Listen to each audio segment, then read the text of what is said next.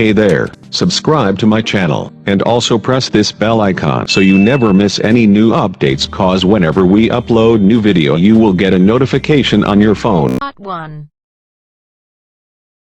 You and a friend are looking for a place to live. You have a list of places and go to see a rental agent to check on a number of points. Listen to the conversation between your friend and the rental agent and complete the list. First, you have some time to look at questions 1 to 7.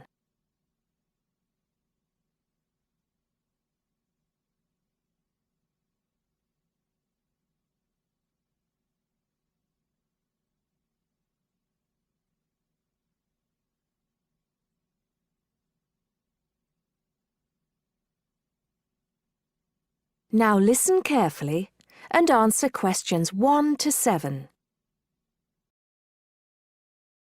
Hi, we've been looking over your listing of apartments for rent and we have a few questions about a couple of the apartments. Can you help us? Sure. Yep, this is our most recent listing. What would you like to know? Well, we were first wondering about the house on 3rd Street. We can see that it is furnished and rents for $135 a week, but can you tell us how many bedrooms it has? Let's see. In addition to the den, it has 3 bedrooms. The rental on 3rd Street has 3 bedrooms.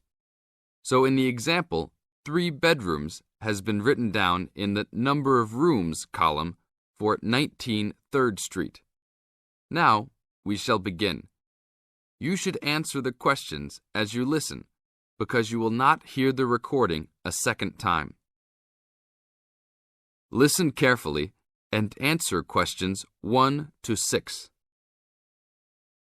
Hi, we've been looking over your listing of apartments for rent and we have a few questions about a couple of the apartments. Can you help us? Sure. Yep, this is our most recent listing. What would you like to know? Well, we were first wondering about the house on 3rd Street. We can see that it is furnished and rents for $135 a week, but can you tell us how many bedrooms it has? Let's see. In addition to the den, it has 3 bedrooms. What about the one on Route 9N? It looks like it's big with a library and a deck, but it doesn't say how much it costs or anything else about it. Oh yes, Mrs. Gaylor's apartment. That one is actually only a 10-month rental and it is going for $156 per week. It's quite a nice place. She only rents for 10 months each year because of horse racing season. Then her relatives all come to stay, so tenants have to move out. It's a little bit inconvenient, but past tenants have really enjoyed their stay there. Oh, well, we need it for a full year. I guess that one is out. How about the rental on Browen Drive? How many rooms does that one have? As it says on the list, it has 2 bedrooms and a private kitchen and bath. But it's actually a very small place. That's why it's a bit cheaper. Oh. Well then, what about the one that has 3 large rooms? Who is renting that property? That one is a good deal. Mr. John Smith is renting it. But he's quite eccentric and he has a strict rule about no pets. How about cats? Nope, absolutely no pets. Well then, how about this studio apartment rented by Mr. Bo Jensen? How is that one? That ad is actually a bit deceptive. The studio apartment is the whole upper floor of an older house. It's actually very large and, at $45 a week, quite affordable. And it's near campus. I think I'd like to check that one out. Do you have a telephone number that we can call? It's not on the list? Oh, it isn't. Here it is. You should ring area code 518 and then 543-7790. Thanks. I think I'll call on that one first. Your friend decides that he would like to talk to Mr. Bo Jensen. Before you hear the rest of the talk, you have some time to look at questions 8 to 10.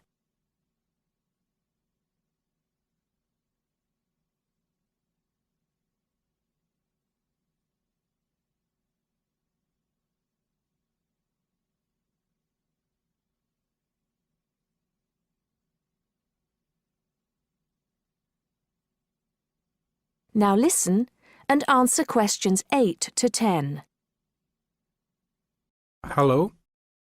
1512, Route 9. Yes, is this Mr. Jensen? Yes, it is. Can I help you?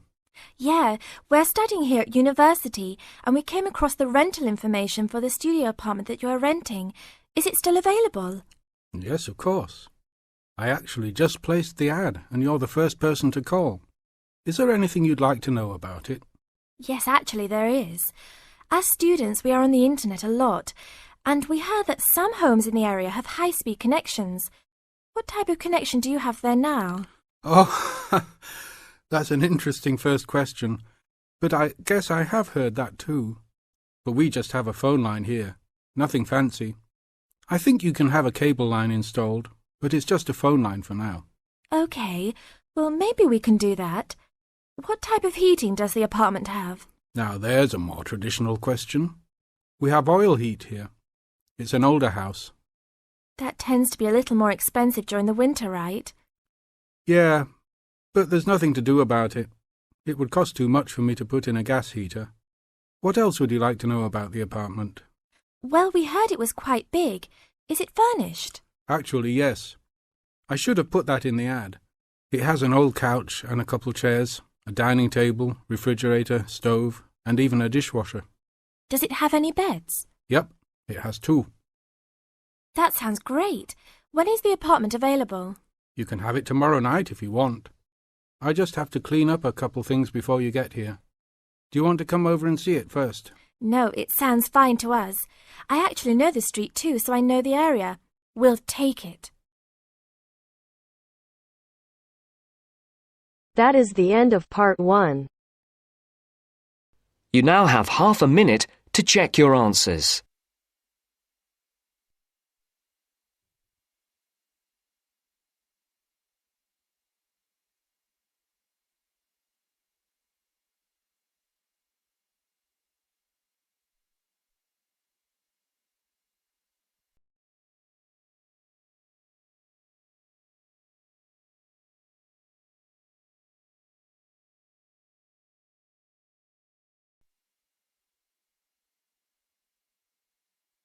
Now turns to part 2. Part 2. First, you have some time to look at questions 11 to 17.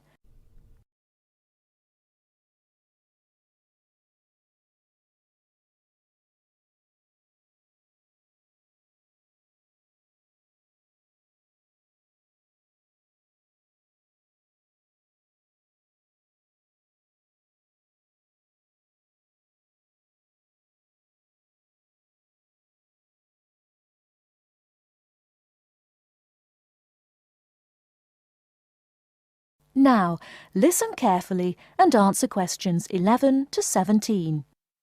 Hello, Clark's Cycle Hire. My name's Keith. How can I help you? Oh, hello. I saw your ad in the local paper, and as I'm thinking of doing some cycling, I'm wondering what kinds of bike you have and what your prices are like. Well, we hire out 2 main types of machine, touring and mountain bikes. Are you likely to be riding off-road, do you think? No, I'll probably be sticking to roads and country lanes, so a touring bike would be best, I think. Right, well, the rate will be £50 for a week or £14 per day. So it's a lot cheaper to rent by the week? Yes, definitely. Though it's important to bring the bike back on time. Otherwise, I'm afraid we have to charge a late return fee. And how much is that? For each additional hour, it's £1.25. So if you were a day late, it would cost another £30? Yes, that's right. I'd make sure I didn't do that then. I should also point out there's a deposit which you get back when you return the bicycle. In good condition, of course. On touring models, it's £60. Is there anything else I'd have to pay? No, that's it. Though if you're planning to ride fairly long distances, you might like to have 1 or 2 accessories. Such as? Well, for another £5, we can supply lightweight bags, either panniers or the handlebar sort. It's amazing how much they can carry, and the way they're designed means they don't get in the way when you're riding. Well, I'll see. But what about essential things like a pump and a repair kit? I wouldn't have to pay extra for those, would I? No, there's no charge for things like that. Or for a lock. It's a good strong one too. Just make sure you don't lose the key. That reminds me, what about insurance? What happens if someone steals the bike, in spite of the wonderful lock? Didn't I mention that? Oh, I should have told you that's included in the rental too. And it covers everything, does it? It covers you against theft of the bike, yes, as long as it's securely locked at the time. You'd have to pay part of any individual claim, though. How much? If the bike was stolen and not recovered, you'd be liable for the first £100. So, if I do go ahead and rent one, how do I pay? By cheque or would it have to be cash? Neither, I'm afraid. We can only accept credit card bookings. Otherwise, we'd have to ask our customers for the full value of the machine as a deposit. I've got a visa in my name. Would that be okay? Sure. Before you hear the rest of the talk, you have some time to look at questions 18 to 20.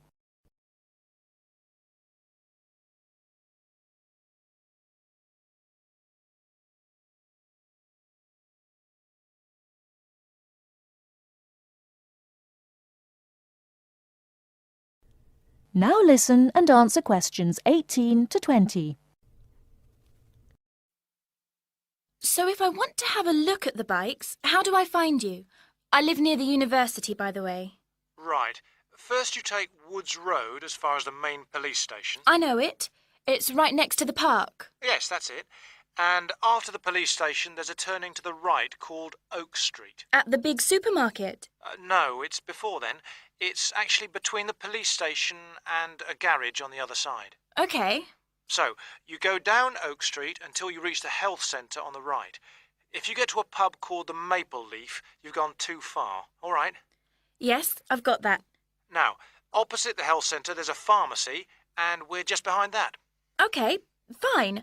I'll try to call over sometime tomorrow. Great. See you then. Bye. That is the end of part 2. You now have half a minute to check your answers.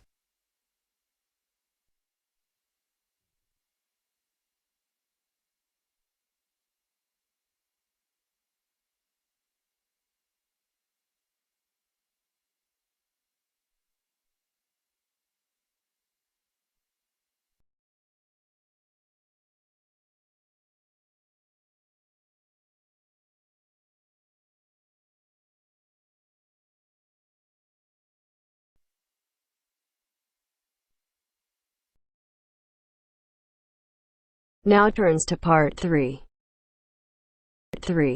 Part 3. You will hear a tutor and some students talking about an assignment. Listen carefully and answer questions 21 to 26.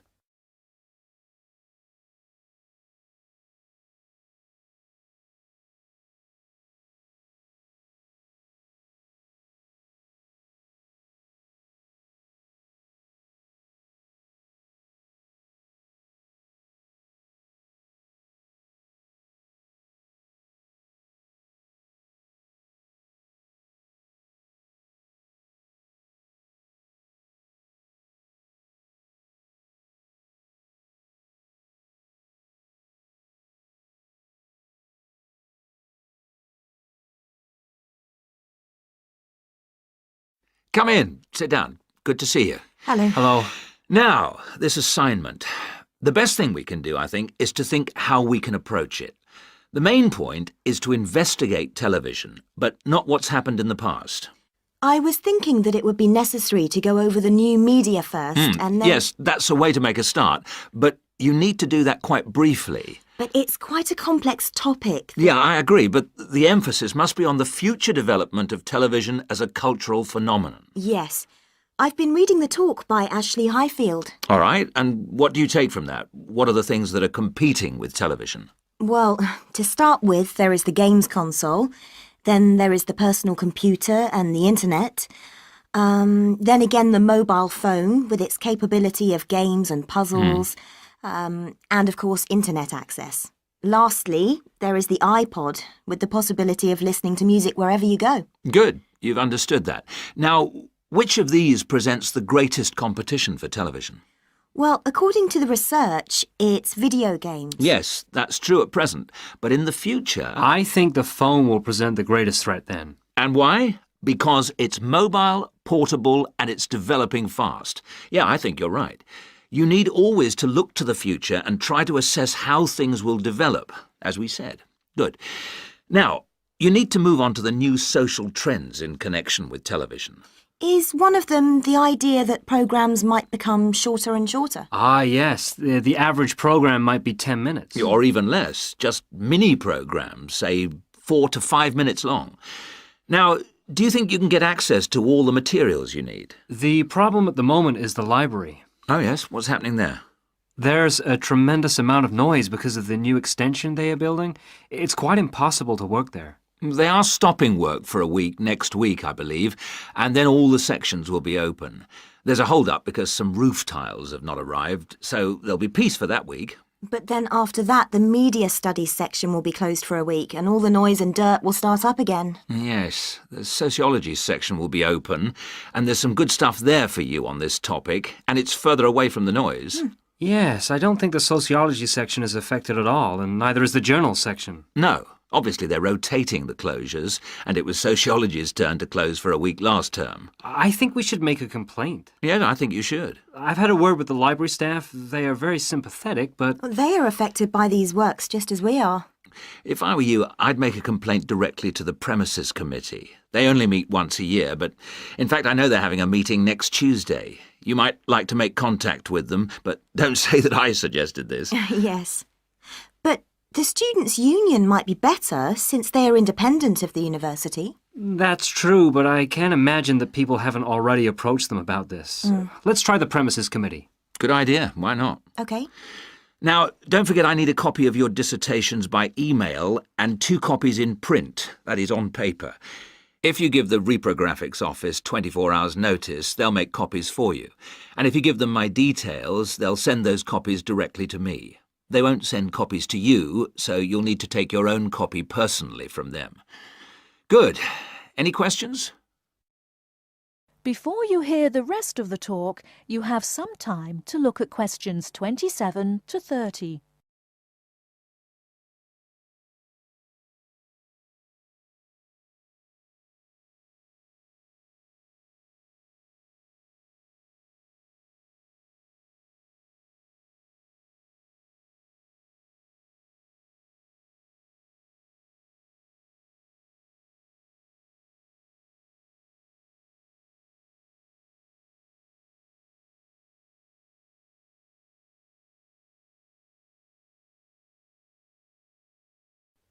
Now answer questions 27 to 30. One little thing was just that I wondered whether we should actually talk about that famous website. You know the one, YouTube. Ah, I was rather hoping you hadn't overlooked that. Good point. It's mostly homemade videos. I suppose you could say that each video is a television version of a podcast. Anything else? Yes, I've got a question, I'm afraid. I'm not completely clear about the exact meaning of culture, as we are using it in this subject. Well, Mrs. Jones is giving a lecture on culture and society in the University Theatre. It's on Wednesday at 10 a.m, and you can learn all about it there, I'm sure. Can you give us that again, please? Yes, that's Culture and Society. It's in the University Theatre. And, let me just check the time. Yes, here it is. 10 a.m. on Wednesday. She'll be giving a very thorough discussion of the issues in defining what culture means. Right. That's good. The thing is, the reading list confused me a bit. One thing that occurred to me was that it might be broken down into subsections for future students. Yes, that's a fair point. I'll bear that in mind. Now, don't forget, you need to do the reading and finish the assignment by the 4th of July. Is that okay? Fine. Thank you very much.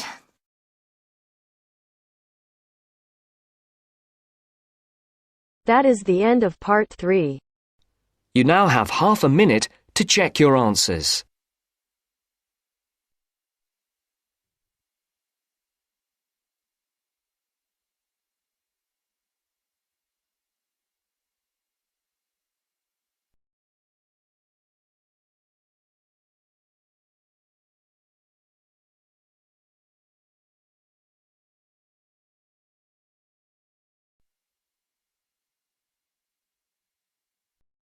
Now turns to part 4.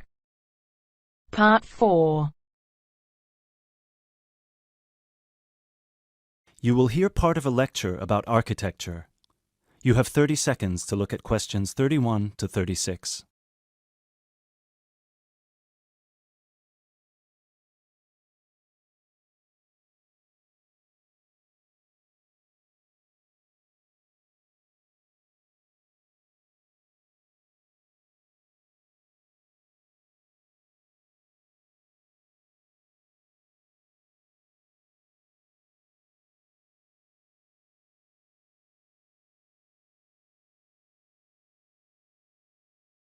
During today's seminar, we will be looking at English Gothic architecture and its origins with a specific case study of Wells Cathedral in England. The Gothic style was initially brought over to England from France. This was at a period of time in which England was ruled from France by the Normans, starting with William the Conqueror, who first defeated the English army at the Battle of Hastings on October 14th, 1066. After 1072, when some smaller rebellions in northern England had been defeated, the Normans gained complete control of the English monarchy, which they controlled until 1154. The peace that ensued in England had a large impact on many aspects of daily life. Thousands of French words entered the English language for the first time, such as beef, fruit, city, and hour. French ideas and styles, like Gothic, also began to flow across the Channel to England too, examples of which can still be seen in the architecture of many listed buildings. A listed building is one that is protected from alteration or demolition because of its historical or stylistic importance. One such building is Wells Cathedral. Construction on Wells Cathedral began in 1175, at a time when Gothic architecture as a style was in its infancy. As a result, it is one of the first entirely Gothic buildings ever constructed. From the first design to the date it was completed in 1490, Gothic architecture flourished in England. Therefore, later additions to the building were still influenced by this Gothic style, rather than by later architectural styles such as Tudor architecture. Older cathedrals in England would have initially been influenced by Romanesque architecture, alternatively known as Norman architecture in England. As the former name suggests, Romanesque was a building style based on the skills passed on to various areas of Europe by the Romans. When the Western Roman Empire collapsed in the 5th century, these methods were retained by Rome's former colonies and developed further. One such Roman gift to the Romanesque architects was the round arch, also known as the true arch. The Romans perfected this style by using wedge-shaped stones called voussoirs, which created pressure that held the structure together at the top. Cathedrals in England, such as the ones in Ely and Canterbury, were started before the arrival of Gothic architecture. Even though parts of those two cathedrals, which were constructed later, are in the Gothic style, other sections predating the arrival of Gothic architecture are Romanesque. The result is known as eclectic, because the building is constructed using more than one style. All of these cathedrals belong to a group known as the medieval cathedrals of England. There are 26 different buildings that belong to this group in total, all of which were constructed or added to during a 500-year period from 1040 to 1540.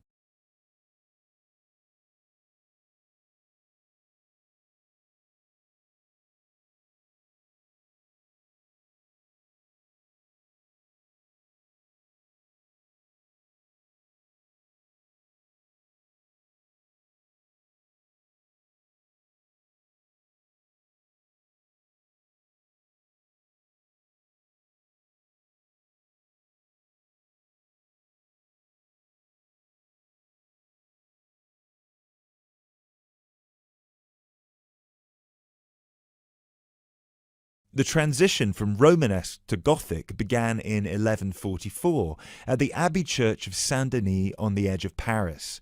It was here that a Benedictine abbot by the name of Suger had just completed his plan to rebuild the Basilica of Saint-Denis in a new style through which he believed the dull mind rises to truth through that which is material. This refers to one architectural feature in particular, high, rib-vault ceilings which created much more space inside the cathedral and were designed to draw the attention of people up towards heaven. This design feature also allowed whole walls of the cathedral to be transformed by colourful stained glass. Work started on Wells Cathedral soon afterwards, greatly inspired by Abbot Suger's work. Planned in the crucifix style with the head pointing east and foot pointing west, the cathedral is 126 metres long and the nave is 20 metres high. This is quite low compared to some of the bigger cathedrals elsewhere. Use of tracery, lancet windows and mullions are all characteristic of English Gothic architecture. Whilst examples of all three of these architectural elements can be found at Wells, the lancet windows have no tracery at all, which was more common in early English Gothic architecture before advances were made in the use of mullions and tracery with glass. Lancet windows are tall, thin windows with a pointed arch at the top, and are so named because they resemble the weapon often carried by a soldier called a lance. Examples of these lancet windows can be seen on the west front of the cathedral, which is the most celebrated for its life-size sculptures and delicate floral carvings. Inside the pinnacle-topped gable is a sculpture of Christ the Judge. Immediately below him, sculptures of the 12 apostles peer out over the small city of Wells. Below the apostles are 9 archangels, which are half-size sculptures. At one time, all of these, along with the decorative carvings, would have been painted and gilded. However, today, all the paint has worn away and the sculptures are the colour of the oolite sedimentary stone used to construct the cathedral. It is remarkable to think that more than 800 years ago, such magnificent buildings were created without the use of large cranes and modern technology. It would have taken much longer, but it is possible to see the high level of craftsmanship and attention to detail that is less common in the modern day.